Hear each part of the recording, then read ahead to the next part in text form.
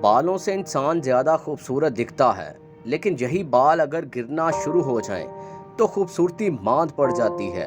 پھر دوبارہ بال اگانے کی تگ و دو میں کافی پیسہ خرچ بھی کیا جاتا ہے، لیکن اکثر اس سے کوئی خاطر خواہ فائدہ نہیں ہوتا۔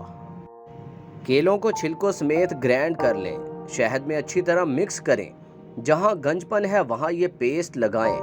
4 گھنٹے بعد شیمپو سے بال دھو لیں۔ کچھ دنوں کے استعمال سے آپ کا گنج پن دور ہو جائے گا۔